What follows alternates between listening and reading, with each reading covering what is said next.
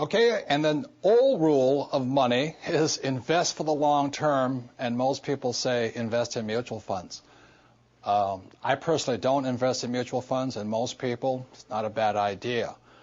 But if you want higher returns with less risk and less taxes, then you have to first invest in your financial intelligence. So mutual funds have its place for most people, but I personally don't invest in them. And I'll go into why. So when somebody says invest for the long term, one of the problems I have with that is, what does that mean? Because that's the old rule. The new rule is you have to know the difference between buy, sell, and fool. And so when I'm buying and selling something or investing, this is the difference for me, okay?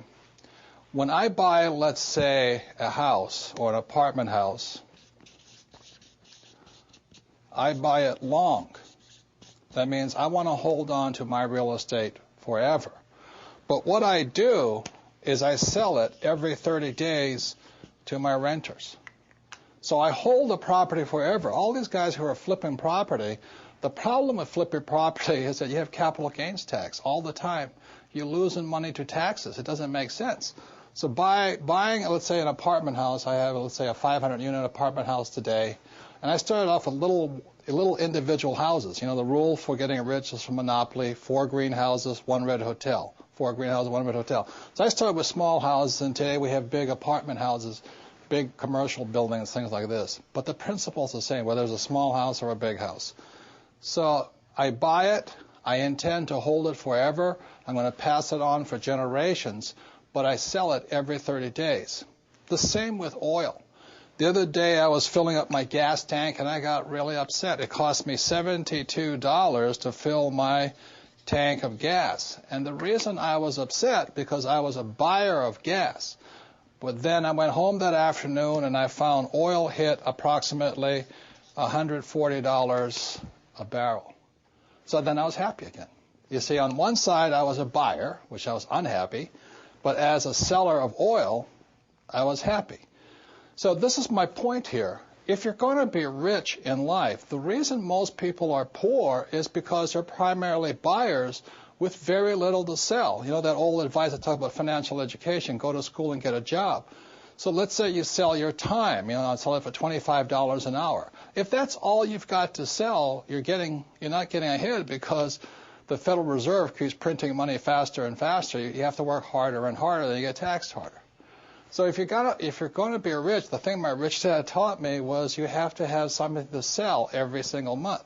So every single month I'm selling my apartments, my units, for 30 days at a time. I'm selling my oil, on the open market.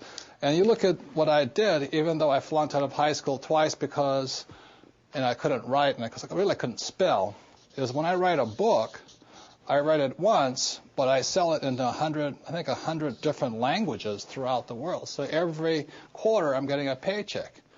So to be rich, it really understands the new rules of money requires you to know when you're buying, when you're selling. And that is essential to being rich today.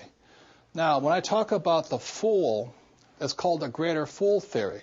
So like being a real estate guy, I go out there and somebody says to me, oh, this house is $100,000, but next year it'll be worth $200,000. Generally, that's what's, what do you call those guys? Real estate brokers or mortgage brokers or stock brokers.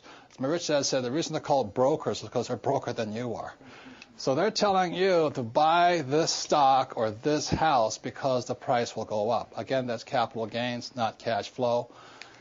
And then you become the greater fool. The people, unfortunately, who are hurting financially today in the housing market, they were the greater fool.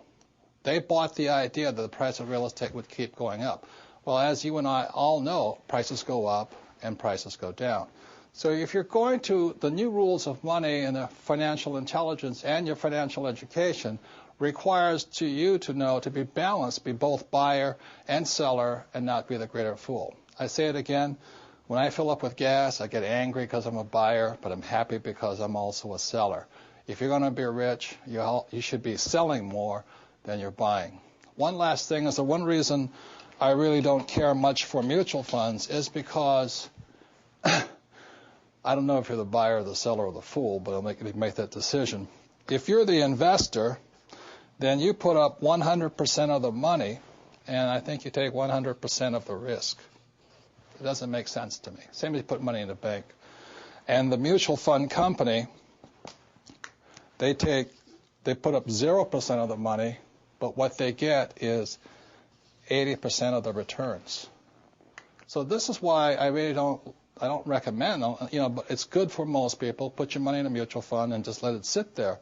But what happens is you take 100% of the risk, you only get 20% of the returns, and you put up 100% of the money. That doesn't make sense to me. That's why I like to use debt, good debt as leverage and things like this. But again, this is your greatest asset right here. So I don't just blindly invest for the long term. I don't park my money. And the reason I don't park my money in the bank is because I said in 1971, the U.S. dollar stopped being money and it became a currency. The word currency means current. You must keep your money moving. The people who are losing financially today are people who are parking their money in long-term things like savings account and mutual funds. That's good for the average person. It's good for the average investor. And it's better than nothing. It's better than being poor. But you're not getting ahead with old information or old rules of money. I'll just pass this last thing along for those of you who say, well, I don't want to be an investor. It's too much work. I understand. It was years ago, a friend of mine, a friend asked a friend of mine, says, what would you say to the average investor? And my friend, who's a very rich man, said, what I say to the average investor is, don't be average.